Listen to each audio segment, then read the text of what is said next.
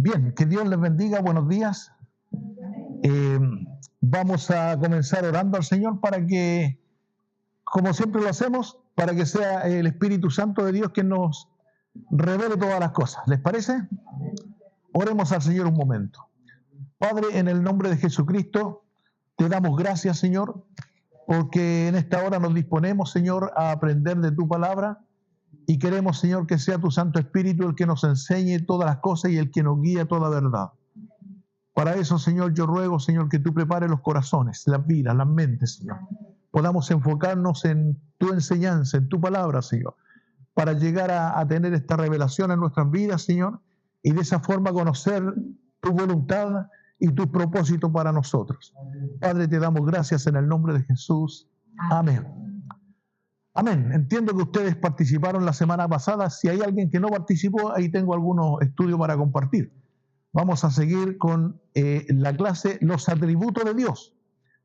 Y para refrescar la memoria, para recordarle a ustedes lo que hablamos la semana pasada, vamos a decir que en los atributos de Dios existen tres clases de atributos o tres tipos de atributos, que son los atributos no relacionados, los atributos activos y los atributos morales de Dios.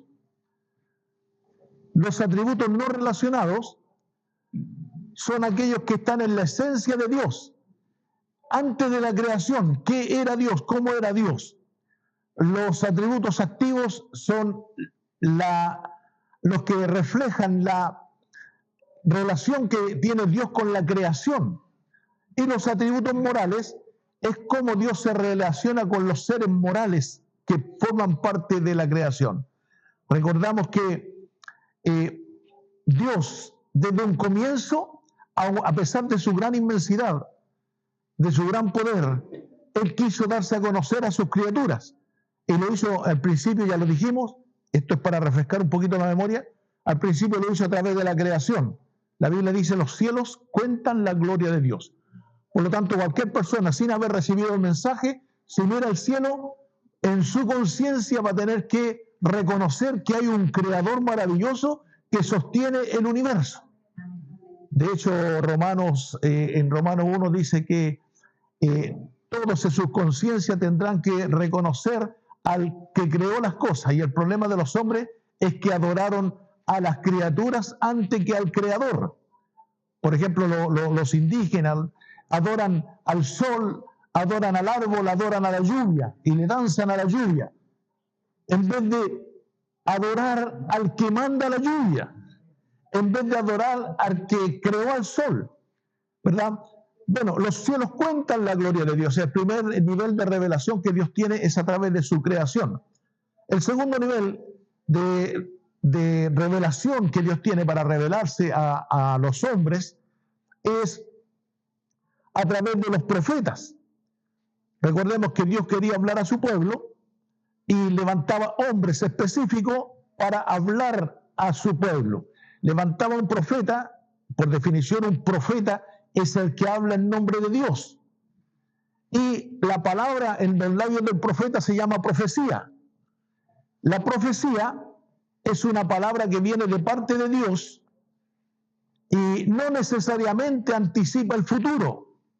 La profecía tiene una palabra que tiene que ver con el pasado, puede tener una palabra que tiene que ver con el presente y también puede anticipar eventos futuros.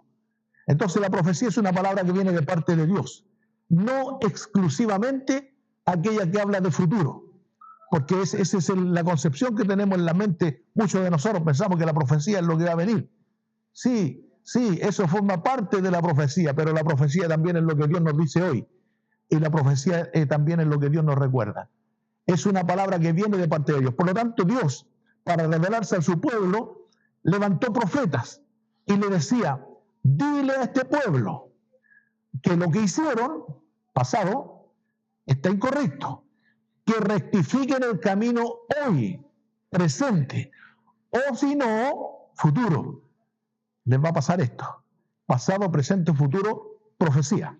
Entonces esa es la forma como Dios se reveló al hombre en un segundo nivel. Al primer nivel dijimos a través de la creación. El segundo nivel a través de los profetas. Y ahí Hebreos 1:1 dice, Dios habiendo hablado en otros tiempos a través de los profetas, en estos días nos ha hablado por medio de su Hijo Jesucristo. Por lo tanto, ahí tenemos un tercer nivel de revelación, que es la palabra revelada en Cristo o la palabra encarnada. Juan 1:1 dice que en el principio era el verbo, la acción, la palabra, ¿verdad? Y ese verbo era Dios y ese verbo estaba con Dios, ¿verdad? Y luego dice, ese verbo se hizo carne y habitó entre nosotros. Por lo tanto, Jesús no traía la palabra de Dios. Jesús es la palabra de Dios. Jesús no traía el mensaje, Jesús es el mensaje. Por lo tanto, tenemos que estar atentos a Jesús como Señor. Ahí tenemos un tercer nivel de revelación. Y lo que Jesús enseñó y lo que Dios quiere a través de Jesucristo, lo dejó escrito en la Biblia. Aquí tenemos un cuarto nivel de revelación, que es la palabra escrita, o lo que llamamos logos, el concepto, el término griego, el logos, la palabra escrita. Por lo tanto, por ejemplo, Pedro dice que tenemos nosotros también la palabra profética más segura, a la cual hacemos bien en estar atentos, la palabra escrita. Por eso nosotros estudiamos la Biblia, porque acá tenemos y podemos conocer el propósito de Dios y la voluntad de Dios, de tal manera que el estudio de la palabra de Dios va a edificar nuestras vidas y va a corregir nuestro comportamiento, si es que nuestro comportamiento está errado o equivocado. Y luego viene un quinto nivel de revelación, que es, en griego ya no se usa la palabra logos, sino que se usa la palabra rema. El rema es una palabra revelada por el Espíritu Santo. Esto es lo que nosotros llamamos revelación, entendimiento, iluminación, cualquier concepto que usted quiera usar, pero es llegar a comprender lo que está escrito aquí en la palabra, porque ya lo he explicado en otras oportunidades. Lo que tenemos en nuestras manos, la Biblia, es un libro escrito, pero fue escrito hace miles de años. Es una recopilación de 66 libros que escribieron durante mucho tiempo más de 40 escritores, ¿verdad? Entonces, lo que se escribió hace miles de años ha tenido una variación. Primero, en el contexto. Segundo, en la cultura. Tercero, en el lenguaje. Todo eso ha ido variando. Y lo que tenemos en nuestras manos es una traducción de la Biblia. De hecho, en la primera etapa dice traducción hecha por Cipriano de Valera, ¿verdad? Es una traducción, porque la Biblia originalmente fue escrita en hebreo, en arameo y en griego. Y nosotros hoy la tenemos en español. Esto es una traducción, pero hay una diferencia entre la traducción y la interpretación. Los que saben inglés entienden. Por ejemplo, cuando usted toma el lenguaje inglés y lo traduce, tiene una palabra literalmente, pero cuando la interpreta tiene otra connotación, otro significado. Yo uso este ejemplo y lo he usado acá, me parece. Si hablamos inglés los dos.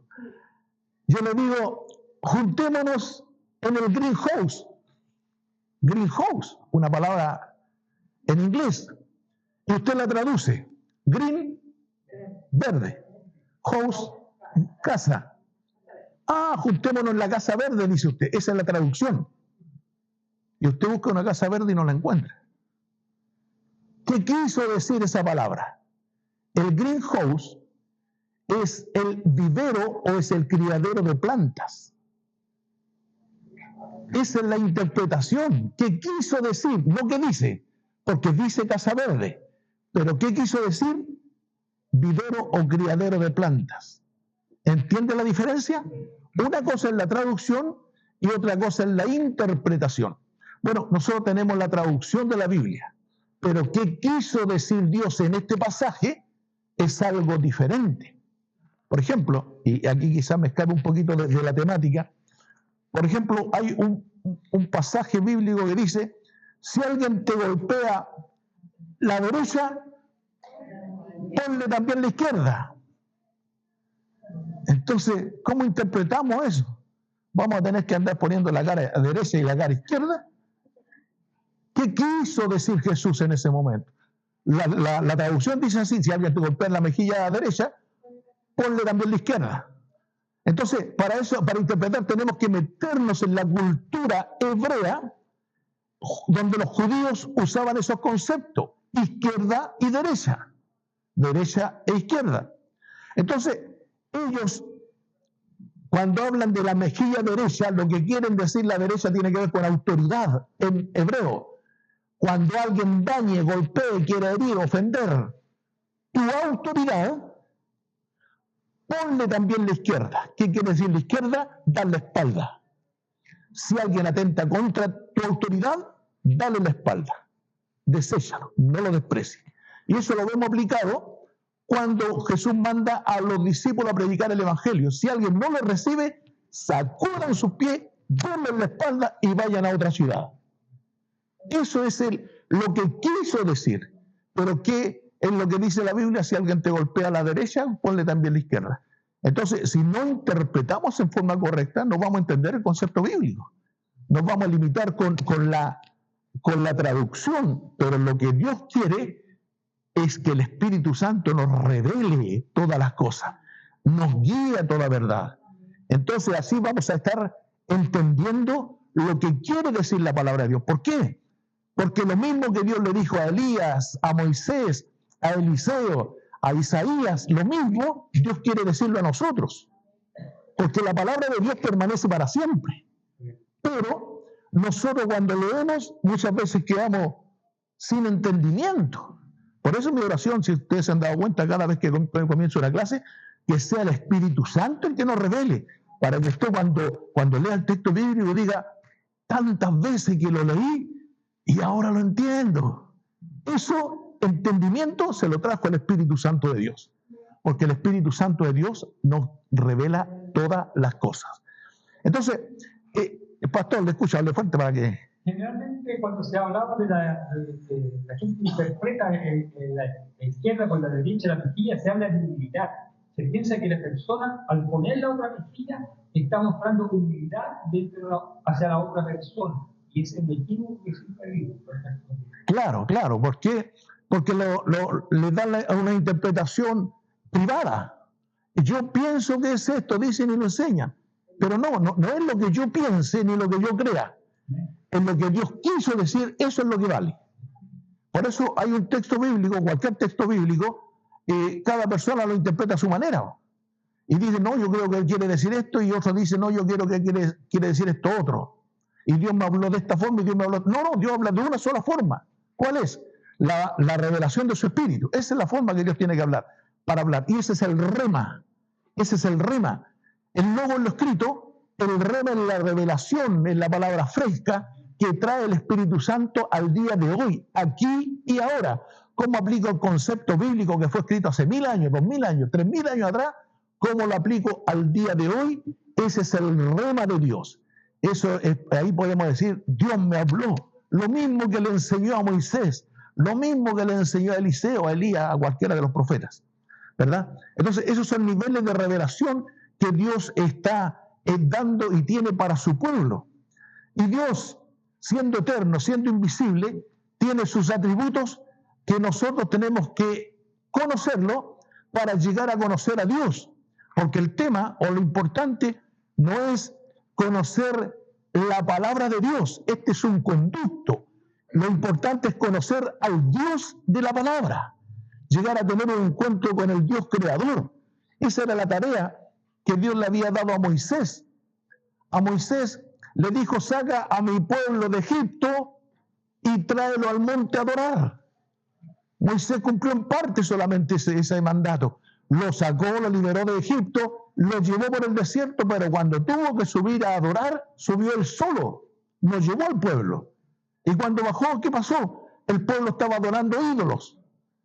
Entonces fracasó Moisés en su ministerio, en su llamado. Es el fracaso de Moisés. Por esa misma razón, Dios tampoco le permitió entrar a la tierra prometida. ¿Verdad? ¿Por qué? Porque él no cumplió en plenitud, tampoco Dios le permitió disfrutar en plenitud la promesa que había para el pueblo de Israel, sino que entró Josué, Caleb y el pueblo, la nueva generación que había nacido en el desierto. Bien, para llegar a conocer a Dios, debemos conocer sus atributos. Primero vimos los atributos no relacionados, es decir, ¿qué es Dios antes de la creación? Porque Él es eterno. Y la creación fue hecha en un tiempo posterior, pero Él está desde la eternidad existente. Y veíamos la semana pasada el primer atributo de Dios, que es Dios es espíritu. Dios es espíritu. La Biblia dice, a Dios nadie le ha visto jamás. ¿Verdad? Jesús lo dijo. Pero el Hijo lo ha dado a conocer, lo ha revelado. Entonces, cuando hablamos de que Dios es espíritu, estamos hablando de que Él es intangible y de que Él no tiene cuerpo. Pero eso no quiere decir que Dios no exista. El hecho de que no lo veamos no quiere decir que Dios no exista, sino que nosotros podemos visualizarlo, imaginarlo a través de la fe. Esta es una palabra interesante. Imaginarlo. Cuando Dios creó al hombre, lo creó a su imagen. La palabra imagen tiene la misma raíz etimológica que la palabra imaginación. Imagen, imaginación. Por eso creó al hombre con brazos, con piernas, con ojos, con orejas. ¿Por qué? Porque es la forma como nos imaginamos nosotros a Dios. Dios es espíritu, no tiene cuerpo, pero lo hizo a su imagen al hombre. Entonces, cuando el hombre no ve a Dios, pero ve su proceder, su actuar, por ejemplo, la Biblia dice, el brazo de Dios estuvo con ellos, o Jesús dijo, yo echo fuera los espíritus por el dedo de Dios, o también sale que el ojo de Dios está sobre su pueblo, ojo, oído, y Dios oye la oración de su pueblo, ahí tenemos el oído, el ojo, el brazo, el dedo, así nos imaginamos a Dios actuando. Entonces de esa forma creó al hombre a su imagen, a su imaginación. Entonces tal como actuamos nosotros es la actuación de Dios, solamente que Él es espíritu, porque antes de la creación, en su eternidad siempre ha sido espíritu. Y esto se lo reveló Jesús a la mujer samaritana, cuando tuvo el diálogo. O sea, Jesús lo reveló al mundo en ese diálogo. Le dijo, créeme mujer, la hora viene y ahora es, cuando ni en ese monte ni en este otro monte se adorará al Padre. ¿Por qué? Porque Dios es espíritu. No necesita de un lugar físico, ni aquí, ni ahí, ni aquí, ni allá. Dios es espíritu. Y Él busca adoradores que le adoren en espíritu y en verdad. Entonces, la palabra espíritu es interesante definirla, conocerla. El espíritu es la parte que está en el hombre, al interior del hombre, que es diferente a la mente, que es diferente a los sentimientos, que es diferente a las emociones, que es diferente a la voluntad. El hombre tiene todo eso. La mente, las emociones, los sentimientos y la voluntad forman parte del alma del hombre. Y eso sirve para que el hombre se comunique con su entorno. Con su entorno. Yo me emociono cuando veo a una persona querida, a un amigo, lo veo y me alegro. Crea una emoción, un sentir, porque lo veo con los sentidos. O cuando oigo la voz de una persona que hace tiempo no me hablaba, me alegro, emoción, porque le oigo, porque le veo, porque le toco, porque le abrazo, porque le huelo. ¿Entiendes? Entonces todo eso forma parte del alma, porque el hombre se comunica con su entorno por medio del alma y lo hace a través de los sentidos. Pero el espíritu, Dios lo puso y Dios sopló aliento de vida en nosotros para que nos comunicáramos con Dios, exclusivamente con Dios. Por eso el diablo puede dañar mis sentimientos, mis emociones, mi cuerpo, si quisiera hacerlo, y si Dios lo autorizara, por supuesto, pero mi espíritu no puede tocarlo, porque el espíritu está hecho para que yo me comunique con Dios. Por eso decimos nosotros que los incrédulos están muertos espiritualmente. Y no es que no tengan espíritu, sino que su espíritu no está funcionando. Está muerto el espíritu. Pero cuando Cristo viene al corazón del hombre, al espíritu del hombre, el espíritu es vivificado. Y Jesús dijo, lo que es nacido de la carne, carne es. Pero lo que es nacido del espíritu, espíritu es. El alma tiene que ver con la carne, con la humanidad del hombre. El espíritu tiene que ver con el ser espiritual que fue creado por Cristo al momento de que hemos creído en Él. Por lo tanto, en nosotros hay dos naturalezas. La naturaleza natural o humana, donde están los sentimientos, las emociones, la voluntad, la mente, el consciente, el inconsciente, el subconsciente, todos esos aspectos que estudian los médicos. Pero el Espíritu es la parte en que el Espíritu Santo viene a morar en mi corazón por el solo hecho de yo haber creído en Jesucristo. Y la Biblia dice que el que se une al Señor, un espíritu es con Él. Por lo tanto, en mi corazón, en su corazón, que usted que ha creído en Jesucristo, el Espíritu Santo mora en ustedes. Por lo tanto, usted no necesita ir ni a ese monte ni a este monte, porque Dios es espíritu y habita en su corazón. La Biblia dice que nosotros somos el templo del Espíritu Santo. Por lo tanto, yo no necesito gritar al cielo para que Dios me oiga. Yo necesito mirar a mí mismo y decir, Señor, tú que moras en mi corazón, fluye, manifiéstate, bendíceme, háblame, dirígeme. Y ahí Dios comienza a manifestarse, porque su presencia gloriosa ya habita en mi corazón. Entonces, sí, hable fuerte. Disculpe. No, dele nomás. Estaba escuchando yo la clase. Y un tema que me hizo clic, me da el motivo por cuál Moisés no entró, ¿cierto?, a la tierra prometida, ¿verdad? No fue por algo que hicieron los demás, como ustedes, que los demás estaban hablando, sino que el motivo fue porque Dios lo mandó a tocar una roca y él no la tocó, la golpeó. Y eso fue la causa por la cual él no entró a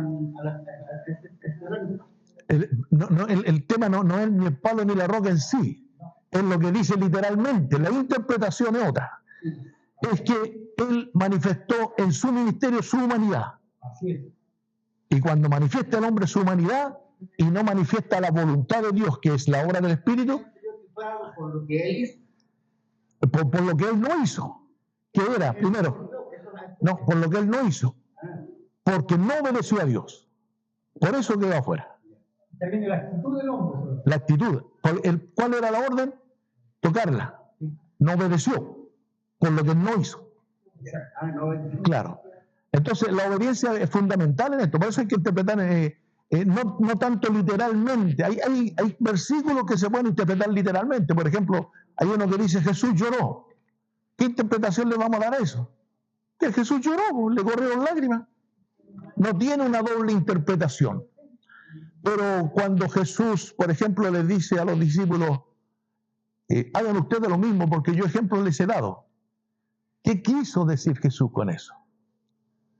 ¿Por qué? Porque el contexto era que le había lavado los pies, ¿verdad? Esto ya lo he explicado en otras oportunidades. Entonces algunos creen, entonces Jesús nos mandó a lavar los pies. No, esa es la traducción, eso es lo literal. Pero cuando leemos el contexto nos damos cuenta que Jesús estaba enseñando acerca del servicio. Él dijo, ustedes saben que los reyes de la tierra les gusta ser servidos, pero yo siendo el Señor, no he venido para ser servido, sino para servir. Y esa enseñanza la ilustró poniéndose una toalla y lavándole los pies. Ahora vayan ustedes, hagan lo mismo porque yo ejemplo les he dado. ¿Ejemplo de qué? De servicio, no de lavar los pies. Porque a lo mejor alguien lava los pies mejor que Jesús. Estamos hablando de servicio. Entonces, una cosa es en lo literal del texto y otra cosa que es lo que quiere decir. Y eso es lo que yo he tratado de recalcar muchas veces. Me dedico a la enseñanza y ese ha sido mi ministerio en definitiva. Porque muchas veces en la mala interpretación se limita el propósito de Dios. Se limita el propósito de Dios. Porque ¿qué enseñaríamos de ese texto que Moisés golpeó la roca? ¿Qué aprendo yo ahí? Que yo no tengo que andar golpeando roca. Pero eso no es lo que nos quiere enseñar. Sí, lo que el Señor quiere enseñar es que yo lo obedezca, que es otra cosa. Es otra cosa. En una oportunidad, un varón, por mala interpretación, tomó un lavatorio y sentó a un pastor en una silla en medio de la congregación. Por una mala interpretación. Claro. Una mala interpretación de humildad. Amén, amén. El mayor siempre al menor y el menor siempre al mayor. El mayor siempre al menor. El que quiera ser el mayor tiene que servir a todos. Ese es el concepto bíblico. O sea, la grandeza en el ministerio está en el servicio, pero no está en el lavado de pies propiamente tal, porque yo aquí estoy sirviendo el hermano que abrió la puerta está sirviendo, el que prendió la luz está sirviendo, la hermana, bueno, en cada labor que usted haga aquí, el que sacudió las banquitas para que no nos ensuciemos el traje, porque venimos hoy día bonito, el que pasó el pañito está sirviendo, ¿ya? El que predica está sirviendo, y así. Al margen de eso, pastor, hay culturas que en muchos años, más años para acá, la gente hacía eso a las personas que encajaban, porque los lugares eran muy polvorientos, y cuando llegaban a ciertos lugares, de acuerdo a ciertas culturas, que se acababan sus salarios y las personas le ponían un lugar para que lavasen y se lavaban a sacar el polvo. Claro, eso está bien en la medida de la necesidad, pero en el caso nuestro, por ejemplo, nosotros venimos duchaditos, con los zapatos lustrados, y aun cuando haya llovido, llegamos en vehículo, pasamos por la vereda, nos metimos al barro, no necesito que me lave los pies, estoy limpiecito, ¿ya? Pero cuando haya jugado un partido de fútbol, le voy a decir a usted, láveme los pies. Ahí lo voy a necesitar. ¿Me explico? Es decir, nosotros vamos a servir de acuerdo a la necesidad del momento. En ese caso de la última cena, la necesidad era el lavado de los pies de los discípulos. ¿Por qué? Porque para la última cena a Jesús le habían prestado la casa. Y la costumbre de ese tiempo es que en cada casa había un esclavo en la puerta que le lavaba los pies a las visitas. Pero ahí le prestaron la casa sin esclavo. Y cuando entraron, como cabros chicos, corrieron a la mesa y se sentaron todos los discípulos. Pero nadie se preocupó de ocupar el lugar del esclavo, que era el que servía. Jesús sí, se ciñó la toalla y ocupó su lugar. Por lo tanto, el servicio era lo que Jesús estaba enseñando, no lo literal. Entonces eso es lo que tenemos que comprender respecto de la interpretación bíblica. Bien, decimos el primer atributo no relacionado, sino que lo que Dios era antes de la creación es que Él es espíritu. Pero el hecho de que no podamos verle ni tocarle no significa que Él no piense, que Él no tenga un sentimiento de alegría o de tristeza, que Él no sea capaz de hablar, porque no tiene cuerpo, pero sí tiene personalidad. Tiene personalidad. Y hay versículos en el que en un sentido figurado se mencionan algunas expresiones que si no lo interpretamos bien parecen una contradicción. Por ejemplo, hay un versículo que dice nadie Dios ha visto jamás. Y está correcto. Pero hay otro versículo en el Antiguo Testamento que dicen los ancianos de Israel vieron al Señor. Pero ¿cómo si no se le puede ver? ¿Cómo lo vieron? Y da la impresión que fuera una contradicción, sino lo que ellos vieron fue el actuar del Señor, la obra del Señor. Es como que cuando Jesús dijo, el viento sopla de donde quiere y oye su sonido, mas no sabe de dónde viene ni a dónde ve. Así es todo aquel que es nacido del Espíritu. Entonces, cuando tratamos de entender esa expresión, vámonos al viento. ¿Cómo actúa el viento? Nosotros vemos el viento, no lo vemos, pero vemos los estragos que hace el viento.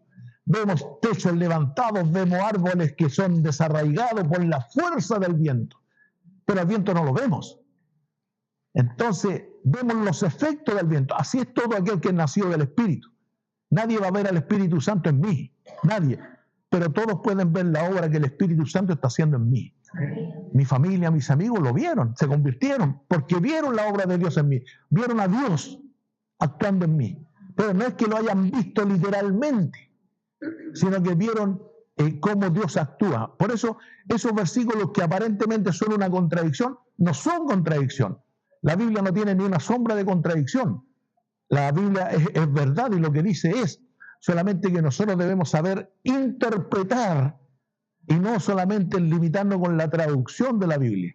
Porque cuando dice que los ancianos de Israel vieron al Señor, o a Adonai, o a Dios, o a Jehová, como quieran la traducción, no es que lo hayan visto, sino que vieron su obra, vieron su protección, vieron su cuidado. Hermana Ruth. Es lo mismo cuando ellos hablan profético y sentimos la gloria de Jehová. Amén. A pesar de que no lo ven, se ve su manifestación en el entorno de las personas. Aleluya. Amén. Amén. Nosotros acá mismo vemos la bendición de Dios. ¿verdad? Yo conocí este terreno cuando el terreno estaba desocupado. No voy a usar la palabra pelado, por razones obvias. Pero el terreno, digo, estaba desocupado. Y después vine como presbítero en una visita y me encuentro con este maravilloso templo. Acá veo la bendición de Dios. Acá veo a Dios, ¿entiendes? Pero no es que lo haya visto. No es que lo haya tocado yo, pero veo como Dios está bendiciendo a esta congregación. Amén. El segundo atributo no relacionado es el que podemos decir que Dios es infinito. Primero decíamos que Dios, estamos hablando de los atributos no relacionados antes de la creación. El primero, que Dios es espíritu. Y el segundo es que Dios es infinito.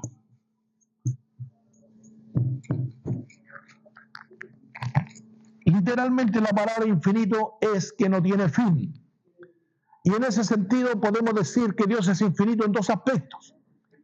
Primero, en espacio. En espacio. Dios es infinito. Los cielos no pueden contener su presencia. Es más grande que el universo. Por eso el salmista decía, ¿a dónde huiré de tu presencia?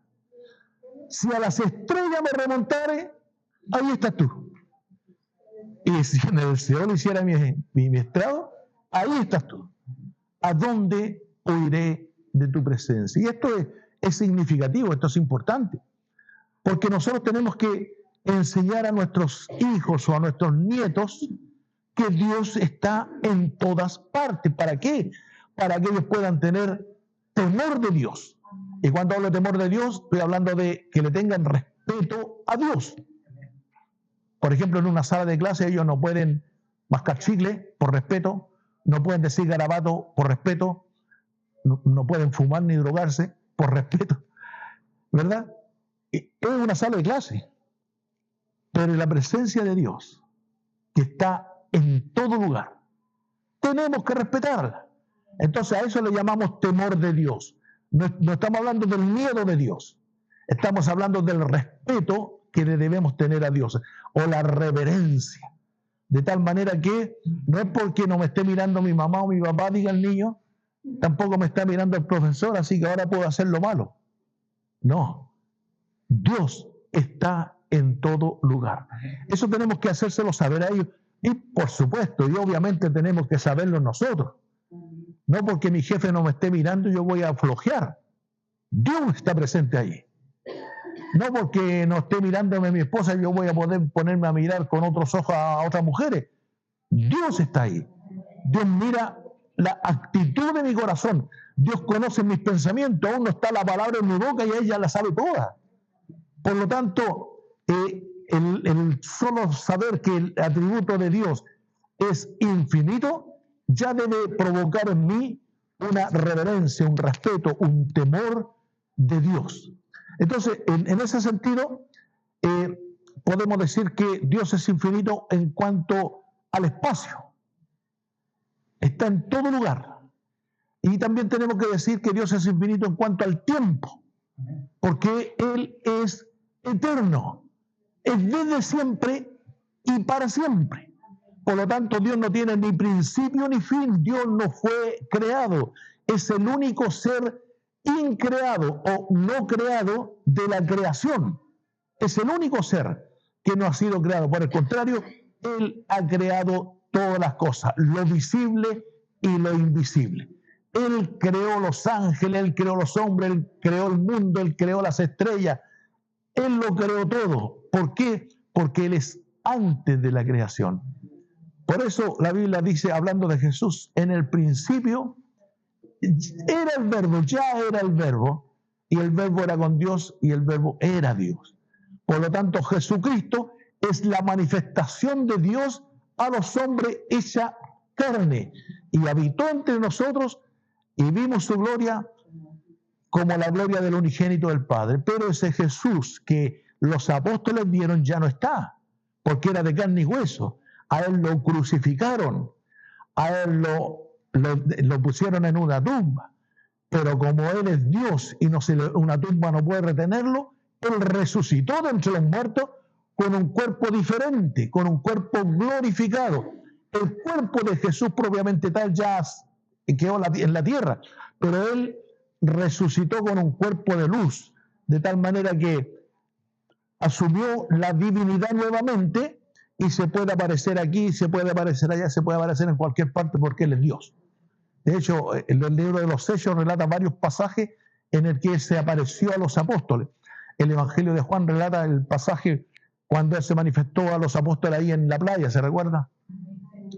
Entonces, ese cuerpo glorificado está indicando que Él volvió a asumir la divinidad. Entonces, nuevamente vuelve a su origen, por así decirlo, a su condición de Dios. Recordemos que Él no estimó el ser igual a Dios como cosa que aferrarse, sino que tomó forma de siervo y estando en la condición de hombre se humilló a lo sumo, haciéndose obediente hasta la muerte y muerte de cruz, por lo cual también Dios le exaltó hasta lo sumo y le dio un nombre que es sobre todo nombre. Entonces ahí tenemos la exaltación de Jesucristo, volvió al lugar que siempre mereció, no solo en la condición de Dios, sino que ahora en la condición de Señor, y le dio un nombre que es sobre todo nombre, para que en el nombre de Jesucristo se doble toda rodilla de los que están en los cielos, de los que están en la tierra y de los que están debajo de la tierra, y toda lengua confiese que Jesucristo es el Señor, para gloria de Dios Padre. Por lo tanto, no solo es Dios, porque dejó de ser Dios por un tiempo aquí en la tierra, digamos, no es que haya dejado de ser Dios, me expresé mal, dejó de usar los atributos de Dios, actuó como hombre, en espíritu seguía siendo Dios y volvió a su naturaleza original, que es espiritual. Por lo tanto, Dios, en cuanto decimos que Él tiene este atributo que es infinito, hablamos de espacio y hablamos de tiempo. Él es eterno, ¿ya? Y en espacio los cielos no le pueden contener. Él es grande, grande, muy grande. Por lo tanto, no hay quien lo pueda contener. Incluso más, no hay quien lo pueda comprender. Lo que ha sido revelado a los hombres es lo que nosotros podemos entender. Pero cuando estemos con Él cara a cara, Él nos va a revelar muchas otras cosas que ahora somos incapaces de llevar, incapaces de entender. Hay planes, hay cosas maravillosas que Dios quiere revelarnos en ese momento. Pero ahora, como tenemos una mente limitada, obviamente lo que está a nuestro alcance, el Señor lo revela. Pero cuando tengamos un cuerpo glorificado como el de Él y estemos ya cara a cara con Él, entonces Él nos va a revelar lo que quiere para la eternidad de nosotros. No solamente limitarnos al concepto de que vamos a estar adorando a Dios todo día y noche. No, si ahora tenemos que adorar a Dios día y noche. Ahora somos adoradores. Dios busca adoradores. Ahora somos adoradores. ¿Qué significa eso? Yo le agrado de día y de noche al Señor. Adorador es una persona que agrada a Dios. Entonces el concepto es que el concepto primario que se forma la gente es que cuando estemos en el cielo vamos a adorar a Dios, y alguien dirá que aburrido adorar a Dios, porque limitan la acción de adorar a estar de rodillas orando. Esa es una faceta, pero la adoración es mucho más amplia que estar orando o que estar cantando. Adorar es agradar a Dios en todas las cosas. Yo cuando juego fútbol tengo que agradar a Dios, hacerlo honradamente, no hacerle trampa con el rival, no golpearlo. Cuando estoy trabajando, estoy adorando a Dios, porque trabajo como para el Señor y no como para los hombres. ¿Ya? ¿Qué significa eso? Lo hago honradamente, honestamente, responsablemente. Entonces, no necesito que esté mi jefe mirándome para yo producir. No, yo estoy sirviendo a mi jefe como si estuviera sirviendo al Señor. La dueña de casa ahí cocinando con amor, con disposición, como para el Señor. No importa si los hijos no le dan las gracias, no importa si el esposo es un tragón, un glotón, no importa, usted está cocinando como para el Señor, hacerlo con gratitud, con disposición, con ganas. Primero la hermana Ruth que me levantó la mano. Era respecto a eso, es que a veces nosotros en nuestras casas tenemos hijos que son de diferentes maneras, diferentes formas de actuar, unos son más cooperadores, otros no, pero todos esperan que la mamá esté ahí para servirlos. El que coopera como el que no coopera. Y entonces nosotros decimos, o sea, nosotros como humanos, decimos, ¿por qué tengo que estar recibiendo este caso si él debería estar recibiendo a mí? Yo soy la madre. Y resulta que cuando el Señor hace la obra en nosotros ya lo hacemos como el pastor dice, lo hacemos para el Señor. Amén. O sea, arreglamos su casa, su pieza, le sacamos un mobiliario, y ellos cuando llega un espacio limpio, arregladito, y que es feliz porque también se siente feliz, pero lo hacemos con amor ya, no solamente porque mi hijo me disputa conforme sea, sino que miramos como hacerlo con nosotros. Amén, amén. Pastor Luis, le escuchamos. Sí, yo iba a leer un salmo respecto del tiempo, ¿Ya? que hablaba, Sí. de la eternidad de Dios. El Salmo 90, el versículo 1 y 2 dice: Señor, tú has sido refugio de generación en generación. Antes que naciesen los montes y formasen la tierra y el mundo, desde el siglo y hasta el siglo, tú eres Dios. Amén. ¿Qué salmo es ese? Salmo 90. Anótelo por ahí, Salmo 90, ¿qué versículo? 2. Salmo 90, 1 y 2. Ha sido refugio de generación y generación. Y antes que formasen los montes, Él ya estaba ahí. Tengo más cerquita. Usted puede, por favor, buscarme ahí. Primera de Reyes 8:27. Y hermana Mary, Éxodo 15:18. Entonces, la hermana Ruth, Primera de Reyes 8:27. ¿Qué dice? Pero, ¿es verdad que Dios morará sobre la tierra? Y aquí que los cielos de los cielos, no te pueden contener. ¿Cuánto menos esta casa que yo he edificado? Amén. Dice que los cielos de los cielos no lo pueden contener, mucho menos la casa que Salomón había edificado. Entonces no podemos decir voy a buscar presencia de Dios allí en el templo. Si este templo, esta iglesia, esta casita, que aunque es muy linda, no puede contener la presencia de Dios. Pero lo maravilloso es que la eternidad de Dios y la inmensidad de Dios habita ahora en nuestros corazones, porque Él es espíritu y habita en nuestro espíritu. Hermana Mary. Jehová reinará eternamente y para siempre. Jehová reinará eternamente y para siempre. Es decir, a Él no el tiempo y el espacio no lo limitan. Esa limitación está para nosotros. A nosotros nos limita el tiempo, porque nacemos y morimos, y entre el nacimiento y la muerte hay un espacio de tiempo, no sé cuánto. 80, 90 años vive el hombre, 100 años, 110 el que más vive, ¿verdad? Pero es limitado.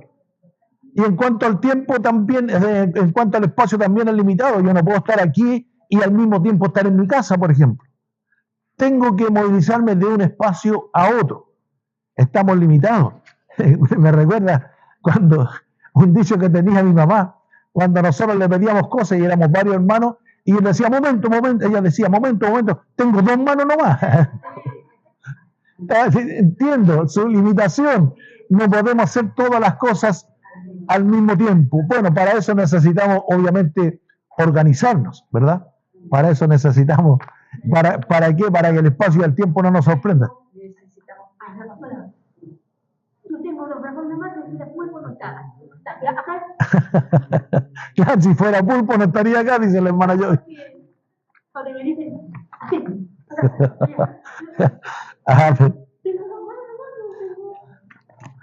Les recuerdo que lo que estamos estudiando, la semana pasada le entregué una guía, entiendo que la trajeron, y los que no vinieron la semana pasada, y tengo alguna para compartir, cuando acabemos estas 3 o 4 hojas que son, voy a seguirle agregando hojas para que ustedes lleguen a formar un pequeño cuadernillo con los atributos de Dios. Amén. Y vamos a dejar lanzada, por razones de tiempo, solamente vamos a dejar el título de lo que viene, que Dios no solo es espíritu, no solo es infinito, sino que también vamos a decir que Dios es uno. Oye, Israel, Jehová vuestro Dios, Jehová el Señor, uno es. Existe un solo Dios y un solo mediador entre Dios y los hombres, Jesucristo. Pero es un solo Dios. No es que haya muchos dioses. Y esto me llama la atención porque me acuerdo que mis hermanas cuando eran niñitas, chiquititas, estudiaban en una escuela de monjas. ¿Ya? Y ahí nos llevaron a todos a hacer la primera comunión, cuando éramos niñitos, de 8 años por ahí. Y a mi hermano le preguntaron, en el catecismo enseñaban esto, que Dios es uno. Y a mi hermano le preguntaron, ¿cuántos dioses existen? Muchos, dijo mi hermano. Y se enojó la madre superiora. ¿Cómo que muchos? ¿No te hemos enseñado eso? Muchos, pues. En esa iglesia hay uno, en esta iglesia hay otro, claro. Pensaba, miraba la imagen que ellos tienen muchas imágenes, que ellos la transforman en Dios, porque se arrodillan y se persignan ante ellos y le tocan el pie y qué sé yo. Tienen una serie de rituales que en definitiva crean la concepción de que existen muchos dioses.